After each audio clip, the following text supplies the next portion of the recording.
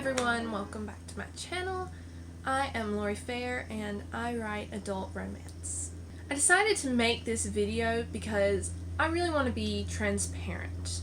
I know that there have been issues in the past in the writing community about transparency, so I want to start off letting you know exactly what's going on. I am diagnosed with OCD.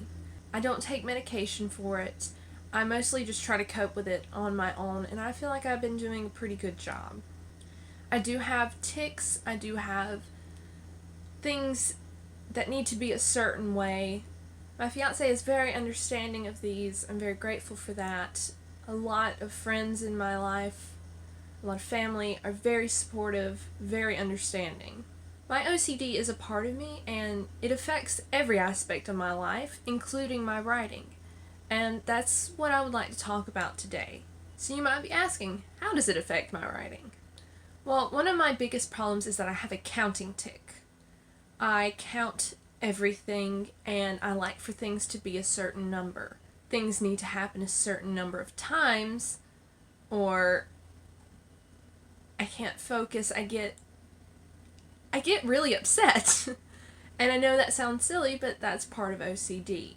A random example I can think of right now is Clayton was making sweet tea, and the number of times the spoon hit the side of the pitcher, I was counting those.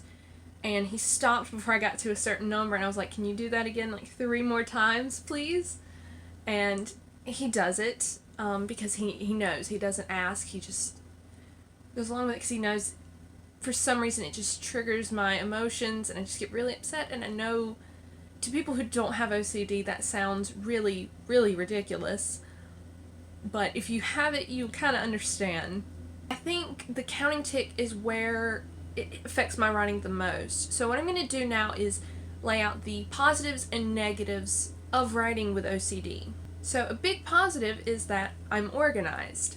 I am extremely organized. I am a planner, so it kind of allows me to plan out every single detail before I start writing. And because I'm planning out every single detail of my book, I normally don't have to worry about writer's block because I know exactly where I'm going, and if things change along the way, then I'll stop and I'll plan it for that way.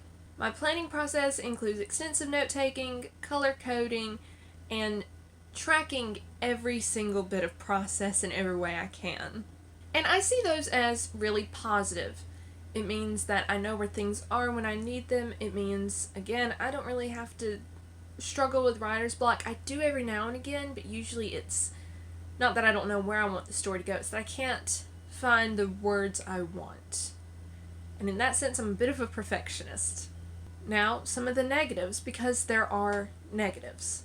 When I write a book and when I'm planning chapters, I need there to be a certain specific number of chapters.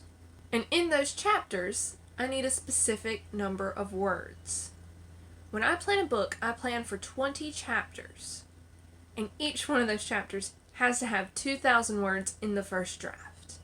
I can go a little over, but not much. And if I come under, I get very discouraged. I get very upset. And I feel like that limits my storytelling ability because I'm so focused on the word count and keeping it inside this little box that I don't allow myself much wiggle room, and that really does limit what I'm able to do. Now, of course, I go back in the second draft and I don't really nitpick my word count as much. I just try and fix the story. So I do get a chance to redeem myself in that sense, but it's something I really wish I didn't do. It's something that does cause me a lot of stress, and it does cause me a lot of worry. So where do I go from here? I'm trying to embrace the positive side. I like that I'm organized. I like that I plan everything out. It does make things a little easier for me. As far as the negatives, I'm working to cope with them. I am trying to not look at word count or chapter count quite as much, which is a lot harder than you would think. With OCD, I am easily frustrated, upset, and discouraged. It takes absolutely nothing. If something like imposter syndrome comes along, it hits me so hard. I guess the best advice I can offer is that you have to try and fight through. And I know that's not the best advice. There are medications for it, and if you're on those, wonderful.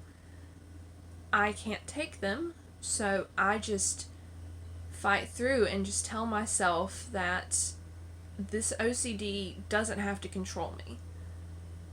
And even though I still follow its rules, there are times when I am able to stop myself and be like, hey, you don't have to do this.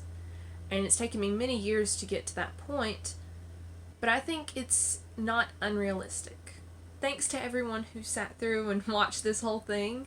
This was something very important to me, something I really, really wanted to share and discuss. But again, thank you so much for watching, and I hope to see you in the next video.